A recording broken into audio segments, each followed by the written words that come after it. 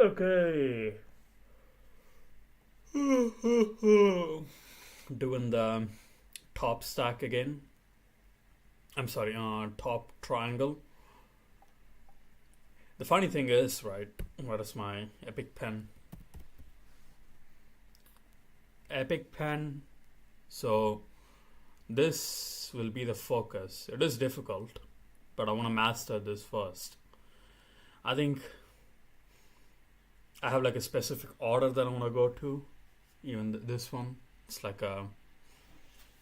I'm pretty sure I've written it down on a paper or somewhere. It's like a specific way to like get to graph, right? This will be the second. Matter of fact, I'll do it in a different color. It's like I wanna do this second, and third would be going over all of this, and the last one would be this thing. So this is the order that I wanna. I could do it black. So roughly speaking, this is the trajectory that I want to take.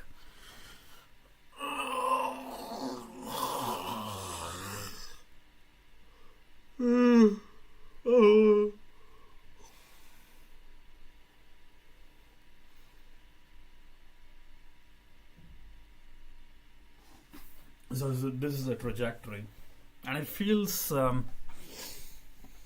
perfect. I feel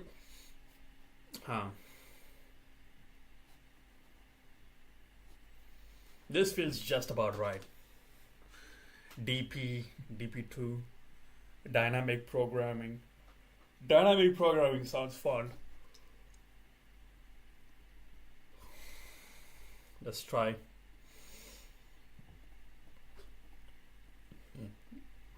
Again, this is still my North Star, so to speak. I still like go back to this pretty much every other week. I try to like dabble around now and then, like try to like see what is going on. I think that's like a good habit to have. I'm not really sure that's like the best way to learn, but that seems fun. Climbing stairs. Let's go.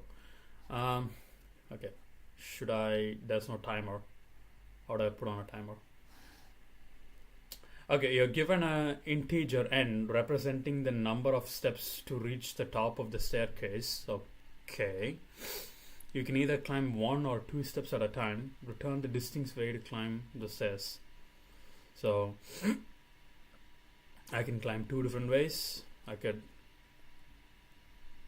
Interesting problem. So I have 1, 2, or 2. That's like the ugliest thing, but so I could either go 1, 2, or 2. So that's 2 different ways. It's a lot to do with it's dynamic problem, more to do with permutations. It's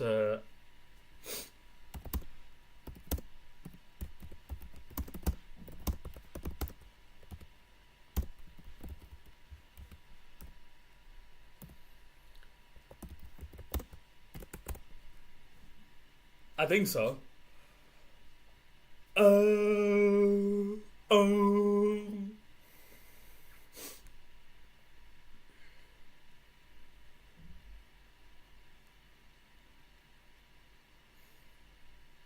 Memorize the answer. Do not recompute them.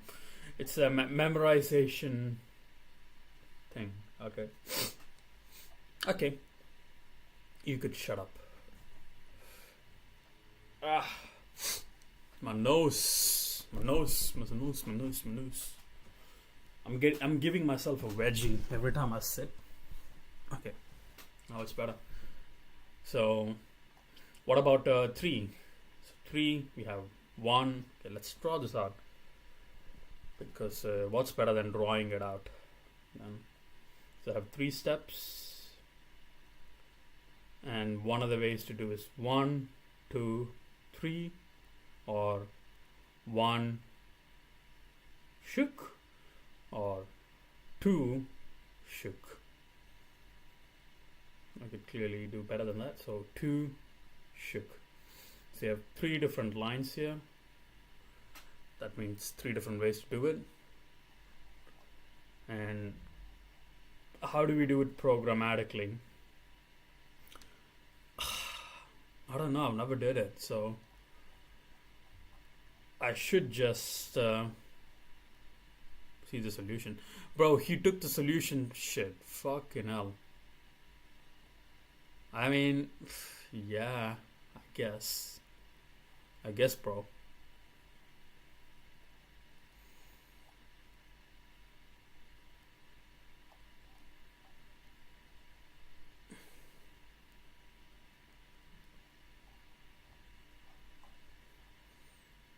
Bro, this nigga took the solution tab. What the hell?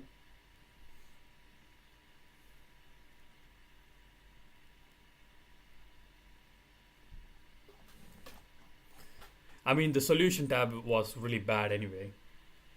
But I can't even go to your YouTube to like see the thing. The fuck? What even is the point of this, bro? Like, what the hell? Okay, let's try to like where and recommended is this thing. And the hint one is at each step you have 2 choices. How do I make a choice? So for I in N, how many times should I like do this? If there is 10 steps, should I do 10 times? So range of length of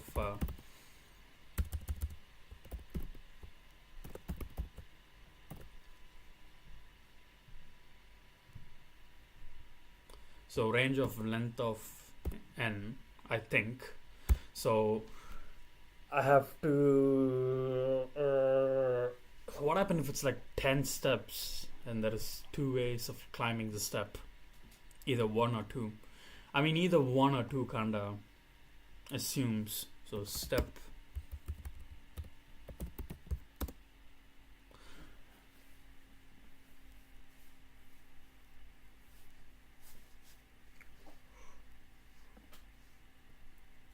should I do this? Step is equal to length of 0 multiplied by length of N, and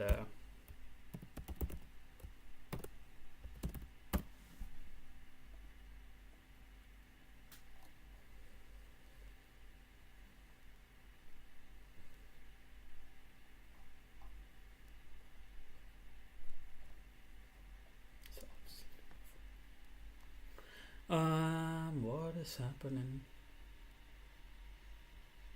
Oh, it's just a number. Okay. Oh, they're just giving the number anyway. Okay. What am I doing?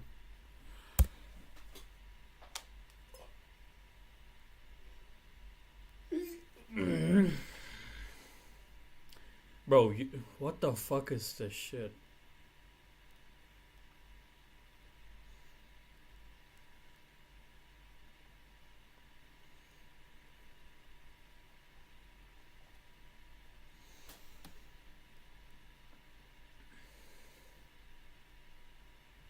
Thank you.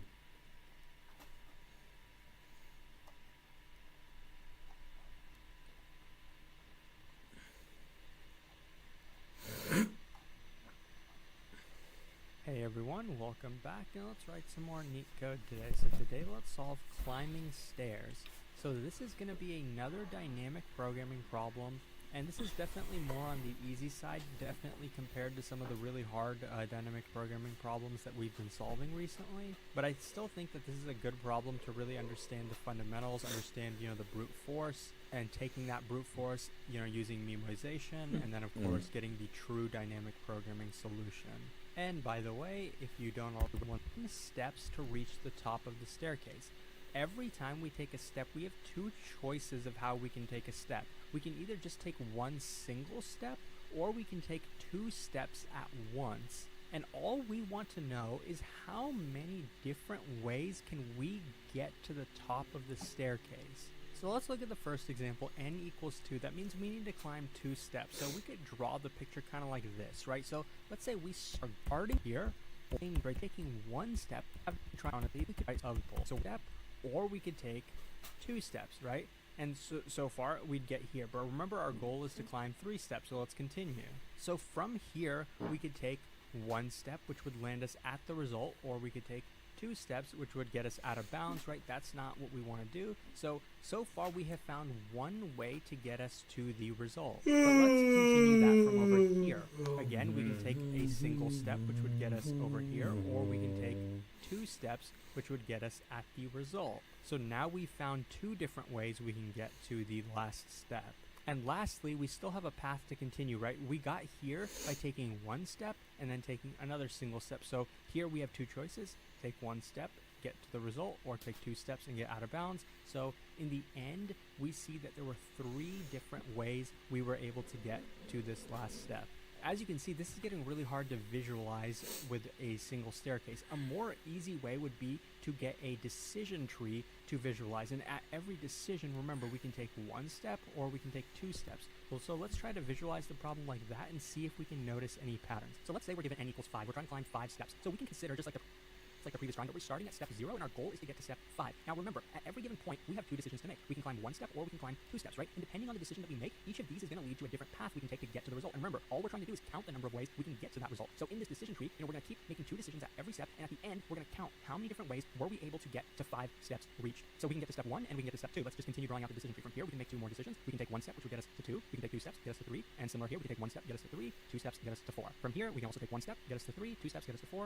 1 step, get us to 4. 2 steps, get us to 5. Now here, we can see that we reached the result, right? N equals 5. So this is our first path that we could reach to get us to the result, right? You can see we took 1 step, then we took 2 steps, then we took another 2 steps. So this is our result. Once we get to it, that's our base case, right? We're going to solve this recursively, right? That's pretty much what we're doing. This decision tree is basically recursion, and this is our base case. We wouldn't want to continue if we got here. So here we would return 1. We found 1 way to get to the result. But for the remaining paths, let's continue. So here we can take 1 step or 2. That gets us to 4. This would get us to 5. So you can see, once again, we found another way we can get to the result. So far, we have 2 different paths that can lead us to step 5. And here, let's do the same thing. If we take 1 step, we get to 5. That's the result. If we take 2 steps, we get to 6. That means we overshot, right? We went too far. This is another base case. If this number of steps ever exceeds 5, then we're going to return 0, right? We found 0 ways from this path that can reach the result. So now let's continue. Over here, again, we take 1 step or 2, so we'll get to 4 or 5. Another path that leads us to the result. And here, we can also take 1 step or 2, which would get us 5 or 6. Similarly, over here, right? This is another 4, so the exact same thing is going to happen. You start to see we're repeating the exact same problem multiple times. How can we better solve this problem knowing that? So now we have another 4, we're just going to repeat the exact same thing that we just did before, right? Take 1 step or 2, we know we're going to get to a 5, and we know we're going to get to a 6. So you can see every path led to the base case except for this last one, so let's complete this. We can take 1 step, which would get 5, or 2 steps, 6. Okay, so now our entire decision tree is complete. So what's the result going to be? Remember, red means we're going to return 0, green means we're going to return 1, so let's just count the number of greens. 1, 2, 3, 4, 5, 6, 7, 8. So there were 8 different paths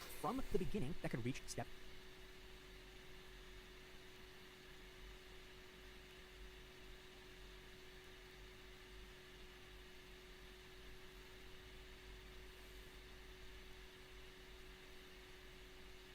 5. But remember, since we started here, we were asking how many different ways starting at 0 can we get to 5, and then we got to a subproblem. We got to a subproblem of starting at step 1, how many ways can we reach 5? From this decision tree alone, we see that there's 1, 2, 3, 4, 5 different ways we can reach the result.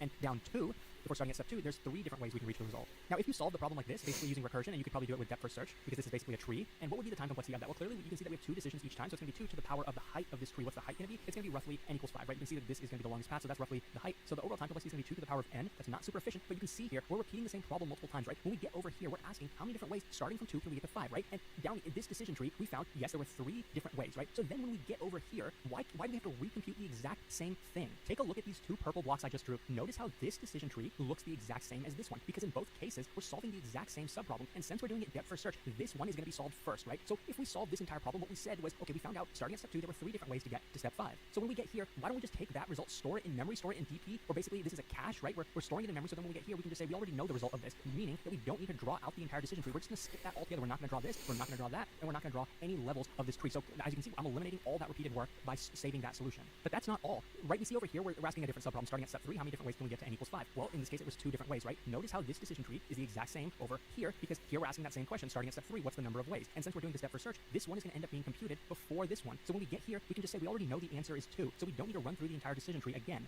So in this case as well, we can eliminate that repeated work. So I'm just going to cross this entire thing out. And we're not done yet. See over here, we're asking starting at step 4, how many ways can we get to 5? That same problem is over here. Notice how they have the exact same decision tree. This one's going to be computed first because we're doing that for search. So once again, let's eliminate this repeated work. So now you can see when we do eliminate all that repeated work, this is what our decision tree ends up looking like, and this is roughly O of n. This is linear time solution. Reason being, we're only solving each subproblem once, right? So we know that the first subproblem, the original problem is starting at 0, then we get a subproblem of 1, 2, 3, 4, all the way to 5, which is our base case, right? So each of these subproblems is just being solved once. N is 5, so overall the time complexity is big O of n. And this is basically the dynamic programming solution where we are caching the result, aka memoization. So we're using memoization. But this problem can actually be solved with a true dynamic programming solution. As you can see, starting at the result, the result of 0 depends on the subproblem, this one, right? And this subproblem depends on another subproblem, which depends on another subproblem, which depends on another subproblem, which depends on our base case. So why don't we start at the bottom, solve the base case, and then work our way up to the original problem at 0? So give me YouTube. Types of DP problems.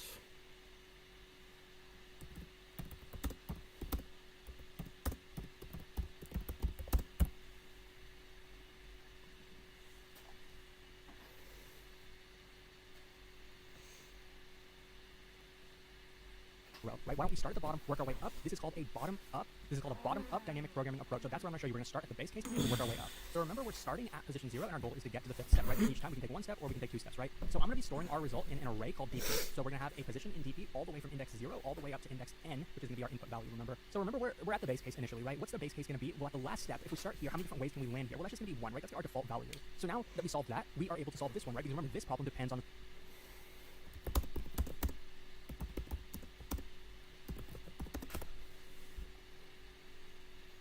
subproblem of this. So from here, let's say we're starting here, we can take 1 step, which lands us at the result. We can take 2 steps, which lands us out of bounds, right? So how many different ways from here can we reach the goal? Again, it's going to be 1. And you notice how this is always going to be the case, even if we had something like n equals 100, so let's say this was actually 100 and this was 99, this would always be 1, right? This is always going to be 1 because it's at the goal. And starting from here, it's also always going to be 1 because we can take 1 step, which would get us to the result, or we can take 2 steps, which would get us out of bounds. So no matter what the input value n is, this is always going to be the case. It's always going to be 1, 1. Next, we're going to get to the interesting part. So then we want to know, okay, how many different ways from here can we reach 5? Well, this depends on 2 subproblems which come after it, right? So we can take 1 step over here or 2 steps over here, right? So, and then we get to the subproblem, right? So from 4, we don't need to continue to figure out how many different ways from 4 can we get to 5 because we just computed that. That's why we're using dynamic programming. That's why we have this array, because we already computed starting at 4, how many different ways can we reach 5? And we also, starting at 5, how many different ways can we reach 5? That's also 1. So what we're going to do in this value is basically take these next 2 values, add them together, 1 plus 1, and then we're going to get 2 over here. And we're going to do the exact same thing for this position too. So we know here we can take 1 step or 2 steps, right? So what we want to do from here, 3 is find out how many different ways can we reach 5. We just computed that, that's 2. And from 4, we want to know how many different ways can we reach 5. We also already computed that, that's 1. So what we can do is take these 2 values, add them together, and that's going to be what we put here. So starting at 2, we can get 5 3 different ways. And at this point, I bet you probably get the idea. We're going to do the exact same thing over here. So what value are we going to put over here? Just take these next 2 values, add them together, 3 plus 2 is going to be 5.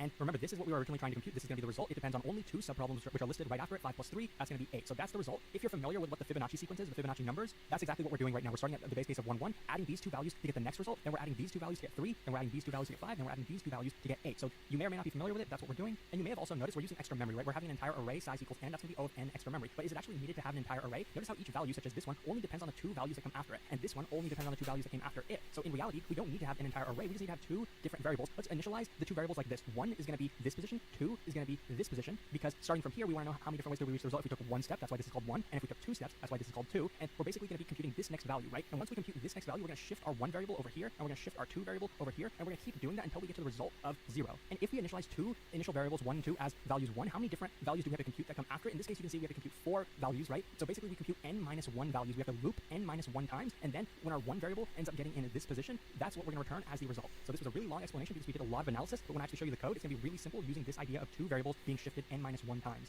So as I said from the drawing explanation, we're going to have 2 variables, 1 and 2. Both are going to be initialized as 1, and then we're just going to loop through n minus 1 times. So for I in range n minus 1, and we're going to continuously update these 2 variables 1 and 2. So the first thing I'm going to do is update 1. 1 is going to be set to 1 plus 2, right? Because we're just adding the 2 previous values and then getting the new result. So 1 is being updated, and we would also want to shift 2 to whatever the previous value of 1 was. But you can see that we're updating 1 before we actually shift 2. So what we're actually going to do is store 1 in a temporary variable before we actually update it, and then we're going to set 2 to the temporary variable so that we don't end up setting it to 1 plus 2. We just want it to be set to 1, so we're going to set 2 equal to temp. Once this loop goes through n minus 1 times, we're going to end up just returning whatever 1 happens to land on, and that is the entire solution. We went through so much. What the heck?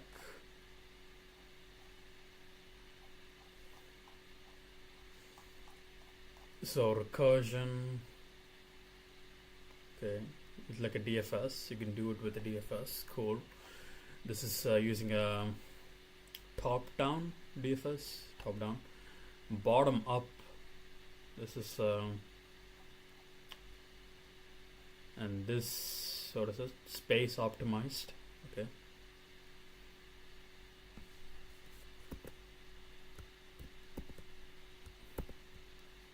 Space optimized. All you niggas ain't shit. Matrix exponential. What the hell, bro? What the fuck is this? Take a look at that guy, bro. What the heck? Okay, types of DP problems.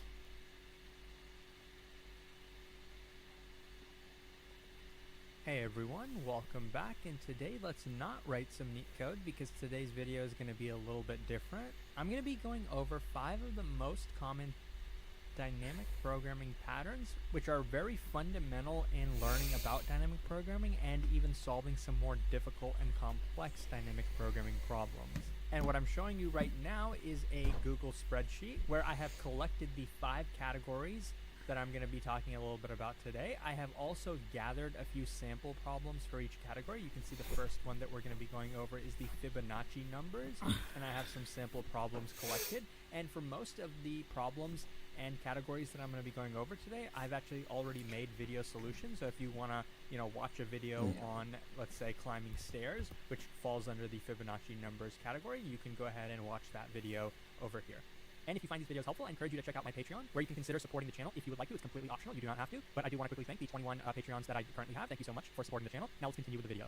So the first pattern that we're going to be going over today is the Fibonacci numbers pattern. So if you are unfamiliar with the Fibonacci numbers, basically the 0th Fibonacci number you can see represented with F is the function name. So F of 0 is 0. That means the 0th Fibonacci number is 0. The first Fibonacci number is 1. And for every Fibonacci number that comes after it, it's basically going to be the summation of the 2 previous Fibonacci numbers. So you can see for every n, for every Fibonacci number greater than or equal to 2, it's just going to be the summation of the 2 previous Fibonacci numbers. So Fibonacci number of 2 is just going to be Fibonacci number of 0, and Fibonacci number of 1 added together, which is just going to be 1 in this case. Now if we continue, so let's say our 0th Fibonacci number is 0, next is 1, next is 1, and the next position we're going to be adding these 2 numbers together, which is going to be 2. Next we'll be adding these 2 numbers. Okay, that's cool. That's cool. I'll try to do a sum. Most climb stairs. Bro, how the fuck am I supposed to do that? Nah, it's too difficult. I don't have to do this. I need to do. Let's do a. I don't want to do the same thing. I don't even like doing this.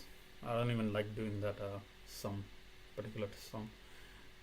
Find it, rotate it, so. Okay, this one is gonna be you're given a. Okay, I need to.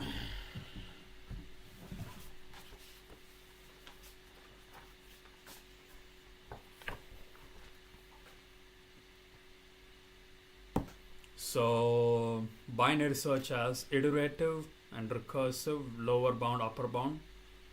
Find first. Oh, binary search might be a little bit out there. Let's look at binary search.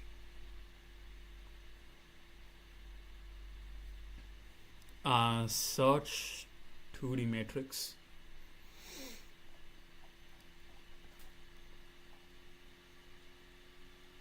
And the target is 10, so I should search for the target 10 in O of n time. How do I do it with binary search?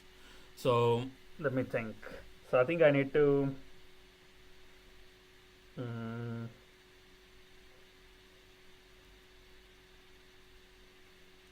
okay, so I think I need to fucking hell, I just want to punch him. Please, bro, can I punch you?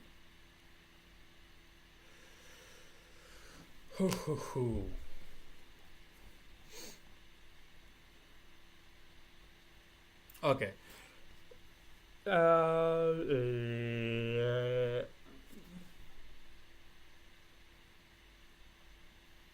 But the issue is it takes a for loop to go over this, another for loop to go over that. So let's do the brute force. I think it's going to be notes.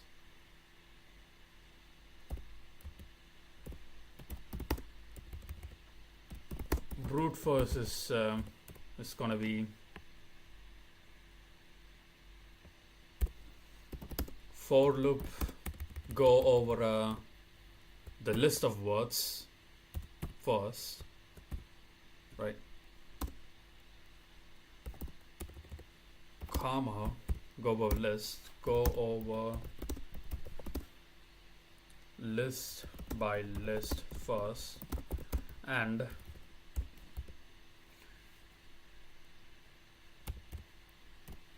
not only that, you're going element by element, doing a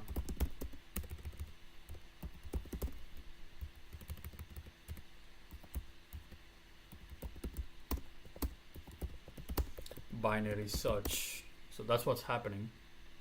Save this. I think let's implement a brute force for I in matrix for j.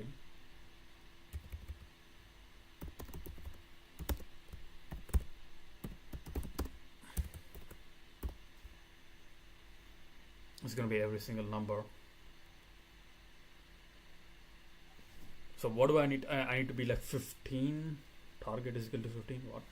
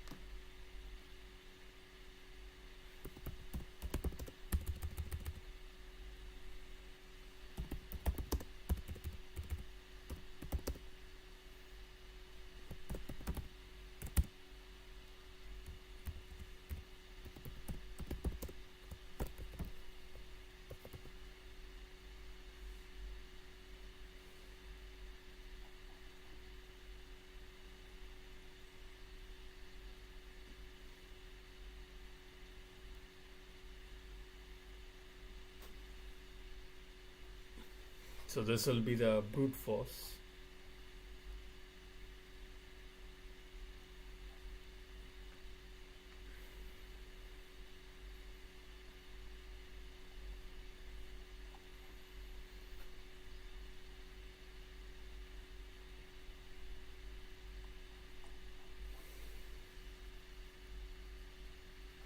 This will be the brute force solution. How do I optimize it so that I don't use 2 for loops? So I think I need to go over. Okay, I need to. I think I know what to do. I need to check if this matrix has my number. If it does, I can. Yeah. I think I know what to do. If I need to check if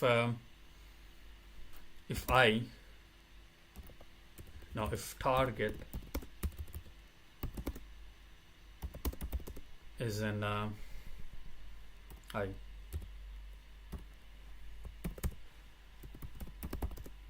Return print hi.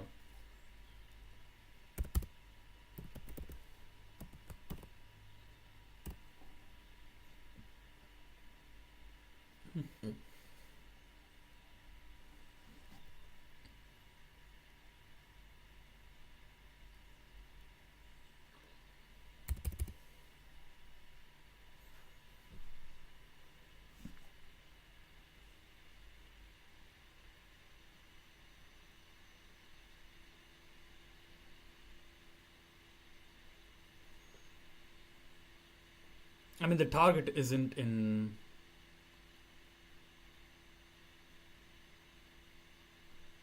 Yeah, the target.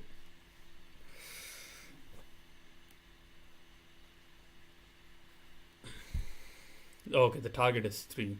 Okay, fine. This is stupid. So I need to go and do a binary search.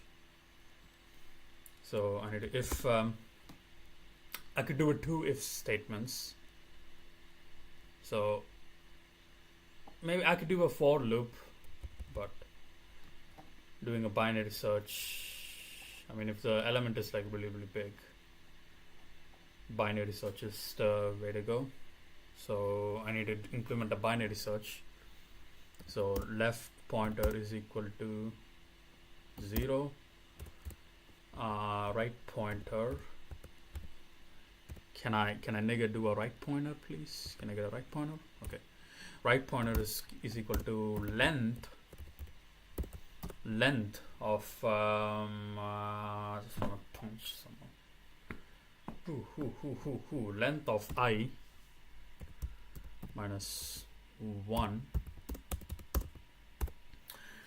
That will be the pointer. I need to check if the middle will be. Yeah, the middle is like so retarded. I need to do. The Python is just like so retarded. I need to do left minus right plus shit like that. Left minus. I remember it being so ridiculously stupid. I need to do something like it's to like overcome some sort of edge case. Left minus right plus right divided by 2. So I need to check if I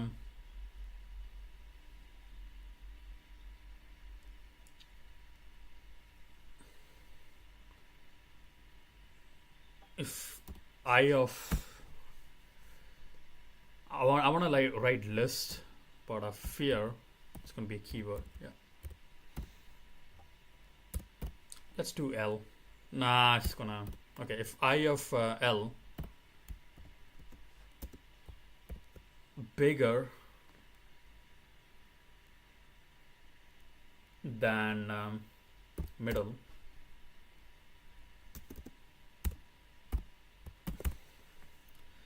if it's bigger than the middle, I need to not. Should I return? Should it be recursive or I need to change? I need to make the. Okay.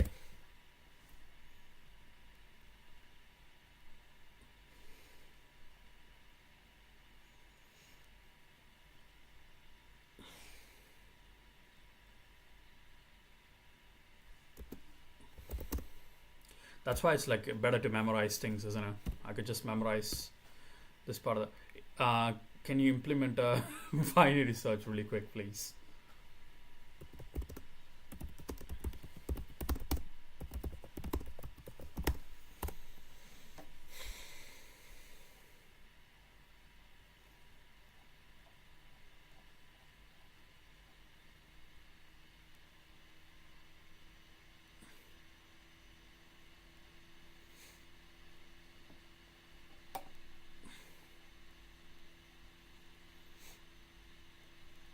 So I'm just gonna paste this shit.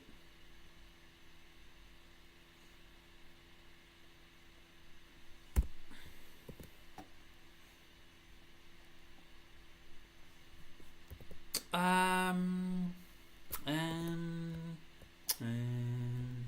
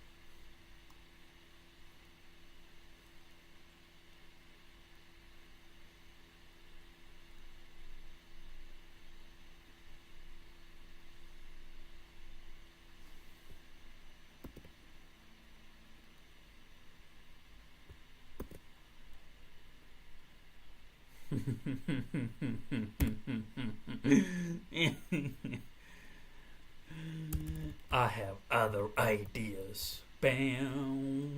Ba, ba, ba, bam. Ba, ba, ba, bam.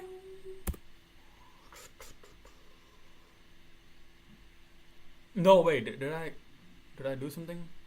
No.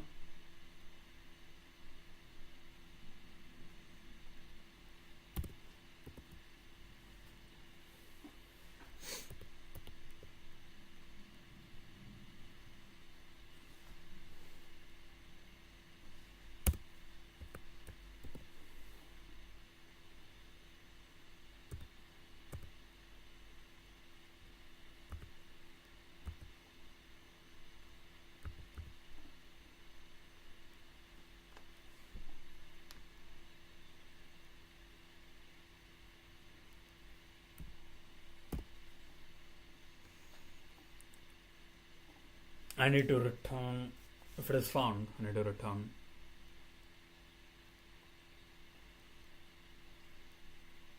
If it is not found, return false.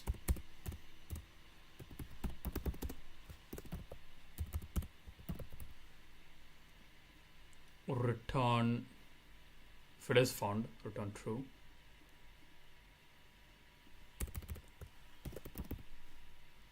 I think this should work.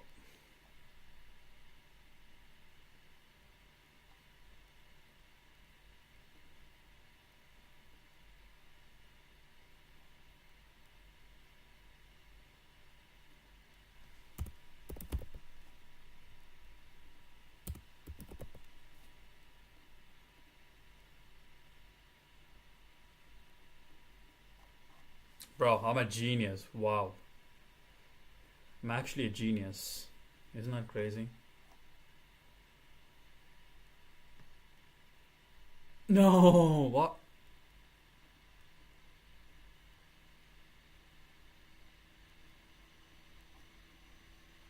Wrong answer.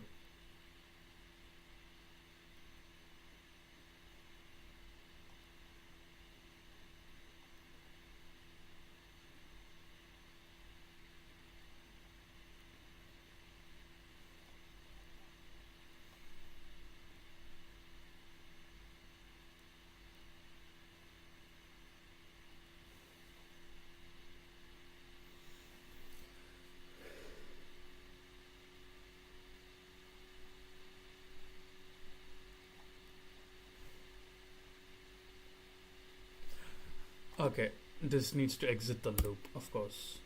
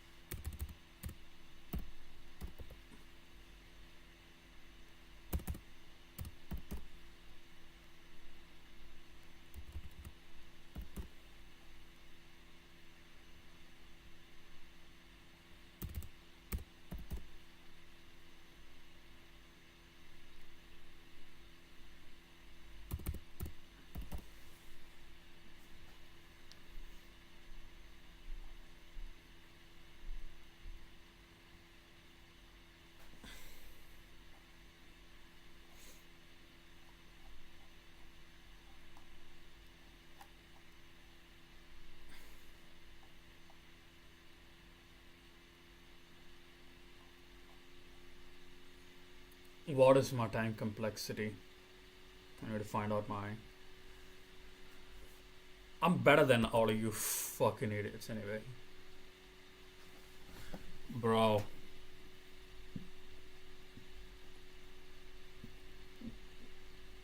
I just want to see my time complexity, bro. Social login failure and error. Social account. Nigga, just. You know what I mean, man? These Search 2D.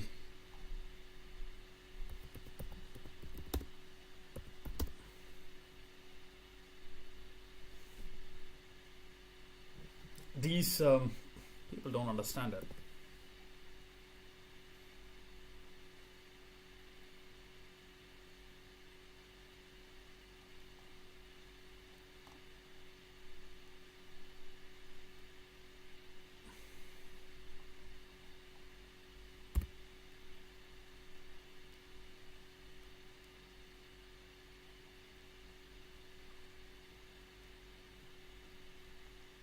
Bro, that's exactly what I'm talking.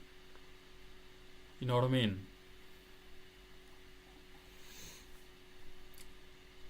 Let's see how, if this guy doesn't do it to my standard. Like, what the fuck is this, bro? Look at this. We have the top, bottom.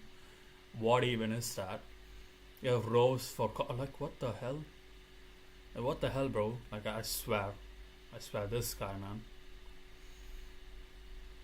Hey everyone, welcome back, and let's write some find the target value. In that case, of course is a so I hope that this and that else if is target if target. So you can see that.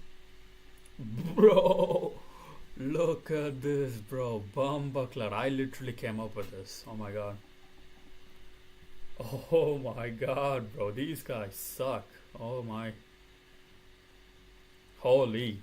Is anyone calling them out?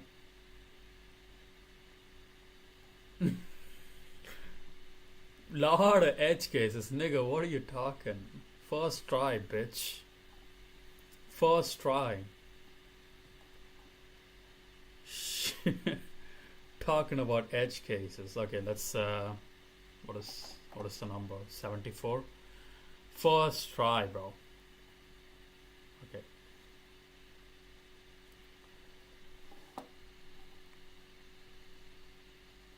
You just have to run a for loop over the list and check. You just have to run a for loop over the list and check for, do a binary search. 74.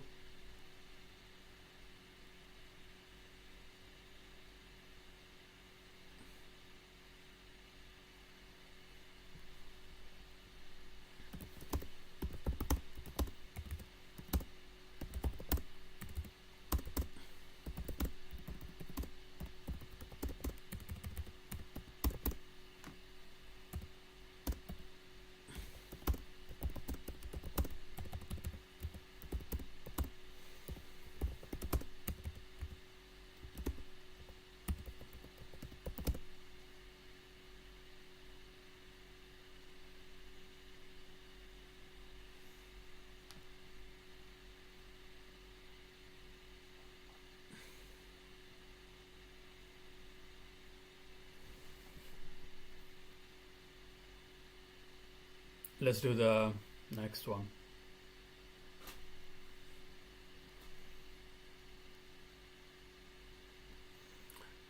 It's not even in the important list. Whatever the list.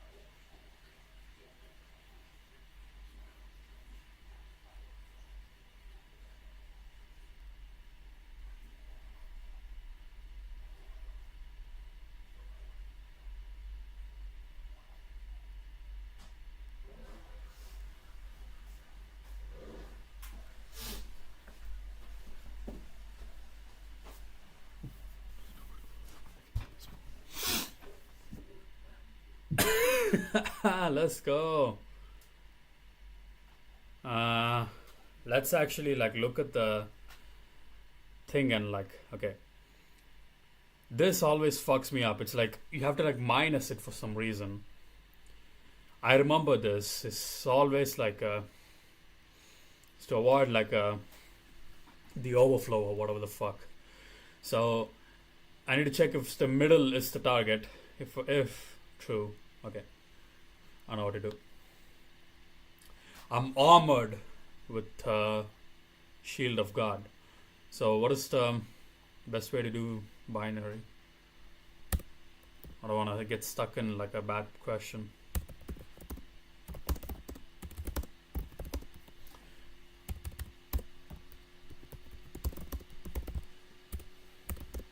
I think, is it Okay, this is not, I think this is curated list. So let's just go with Coco eating banana. You're given an integer array piles where piles index I is the number of banana in the ith pile.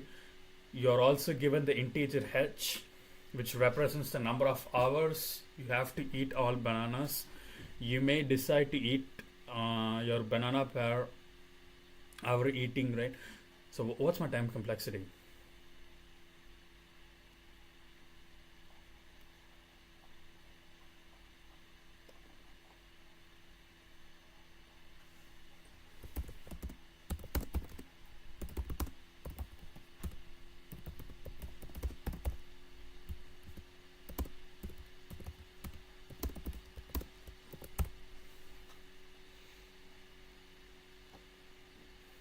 Per banana. Each hour you may choose to pile of bananas and k bananas from the pile. If the pile has less than k bananas, you may finish eating the pile of banana but not eating from another in the same hour. So what the fuck? Can you explain the... Hey everyone, welcome back, and let's write some more neat code today. So today let's solve Coco eating bananas. But before we do, I just want to say that if you do have any requested problems, you can feel free to leave those in the comments. I do have a large backlog of requested problems that I'm working through, so it may take some time for me to get there, but you can feel free to request at any time. And if you find this video helpful, don't forget to leave a like and subscribe for more videos. So we can spoil bananas, so we have to eat them within h hours. And so Coco has a certain eating speed where she can eat a certain number of bananas per hour, and that variable happens to be k, and k is not an input variable. That's what we're trying to determine as the solution for this problem. Each hour, she can only choose one pile of bananas and eat k. You just have to add all of that, I think. So 8 hours, so bananas from that pile. So that's what we're trying to determine, that k value. If the pile has less than k bananas, she'll eat all of the bananas, but she's not going to eat any extra bananas from a different pile. So what we're saying here is Coco can only eat at most one entire pile of bananas in a given hour. So what does that tell us? Already we're given some key information. Let's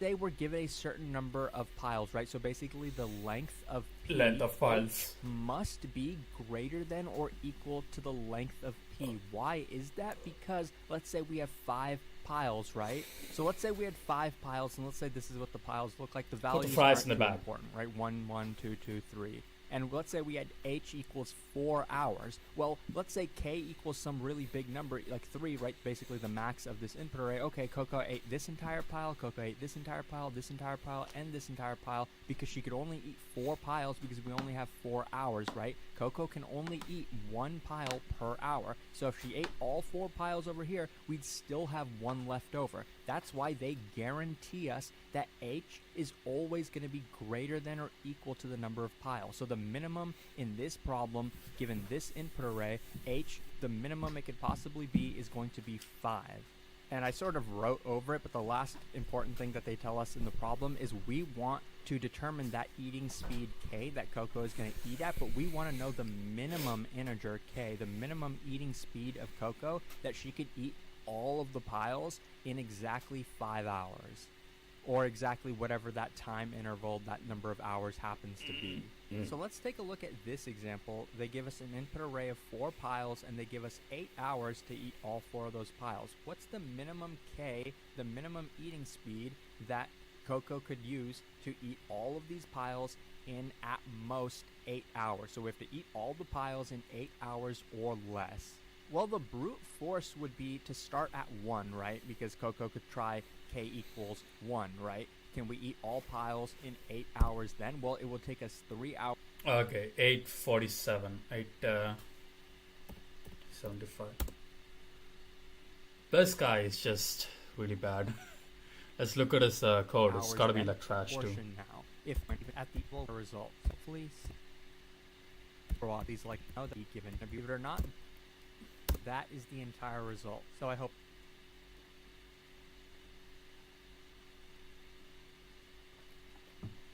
Coco is a Hey guys, beastly Red man. here, and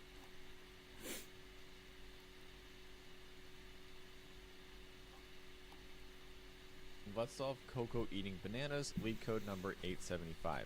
It's a very interesting problem that showed me something about binary search I really wasn't expecting, so make sure you do this question. Now, Coco loves to eat bananas. Not sure why they're not telling you, but Coco is indeed a monkey. So there are n piles of bananas. Bro. Nigga.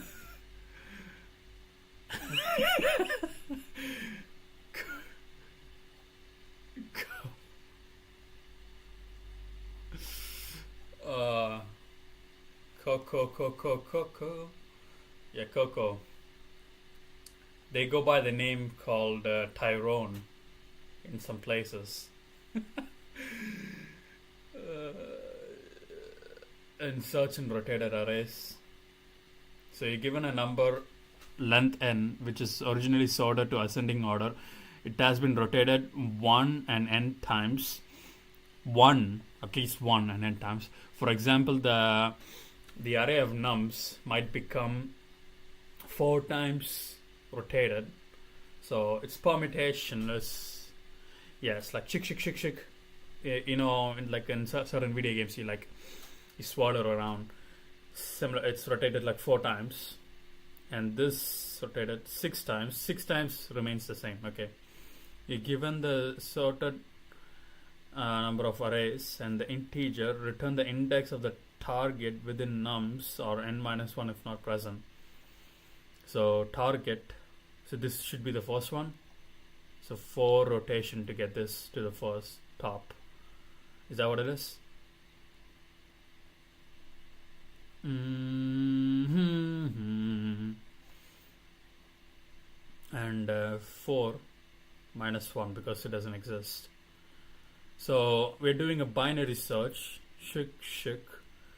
If it is, if it's in this side, we are putting this in the first and taking all of this shit last. Not really convinced by that. Okay, let's let's understand the solution. I mean, question. I might misread the question. Okay, let's solve LeetCode 33 search and rotated sorted array. So we're basically given an array that was originally sorted like this one, but then it became rotated like this one. And by rotated, they mean that they took a certain pivot or index of the array, like right over here, and then they cut it in half and then swapped the portions, right? So you can basically think of this right-hand portion with 0, and then time encounter draw what that would look like. So let's say the left side was exclusively greater than the right side, because that's what it means by rotating the array, right? It's sorted too, so nah, bro, this is not the way. Let's look at this time complexity. It's gotta be garbage. Here, but and just as I expected. Yeah, bro. If I do this, I might get laughed at by the interviewer. It's you can't even do this, bro. It's not about memorization. It's about deeply understanding the problem. Let's look at 100% Python. Nigga, is it Python?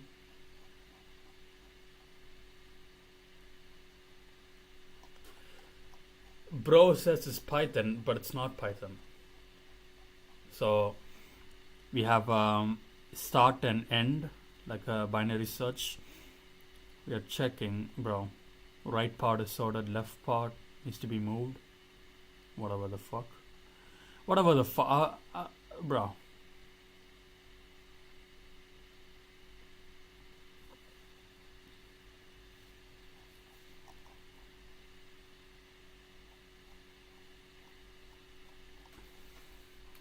Something to do with the stupid ass.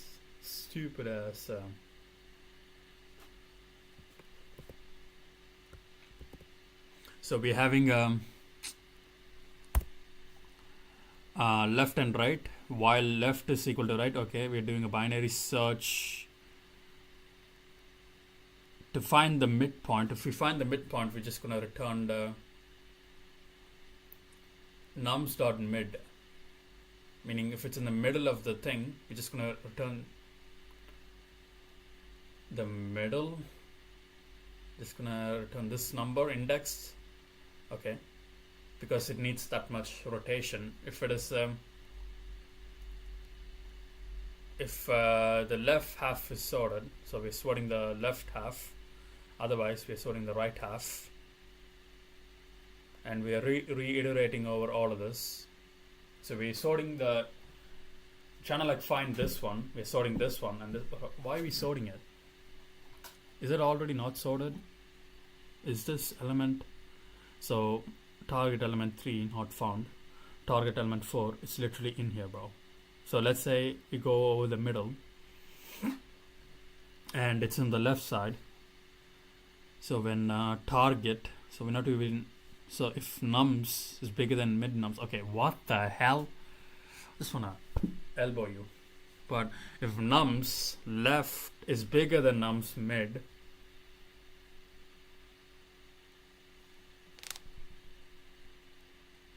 fuck you. Fuck you.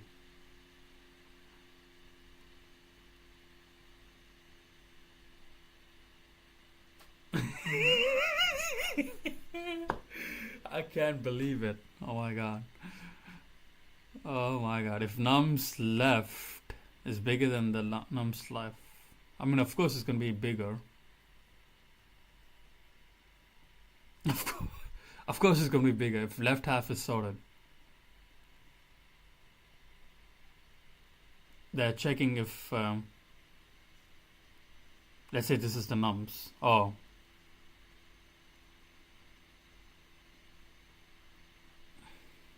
Okay, whatever. 33 lead code. So what kind of method is this? Is this the sorted rotated array? So we have brute force, binary search 2 pass. So what is binary search 1 pass? What's the difference? Bro, I need like a simpler, faster and simpler one. Hey guys, Greg here. Oh. Let's solve LeetCode 33, which is search in rotated sorted array. Now firstly, if you haven't solved the problem find minimum in rotated sorted array, you should definitely Find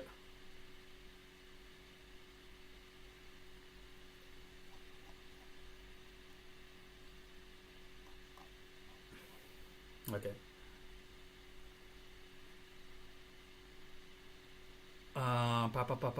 Go here, binary search, find minimum in rotated. Okay, he gave me the actual thing, so let's do today's goal is that. Okay,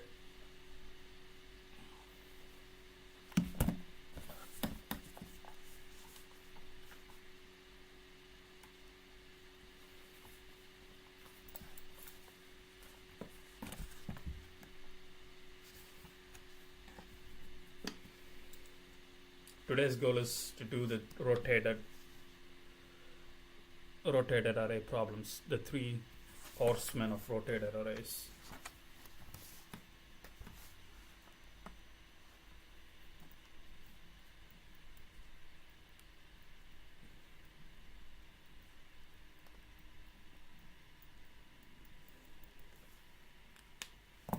It's gonna be fun.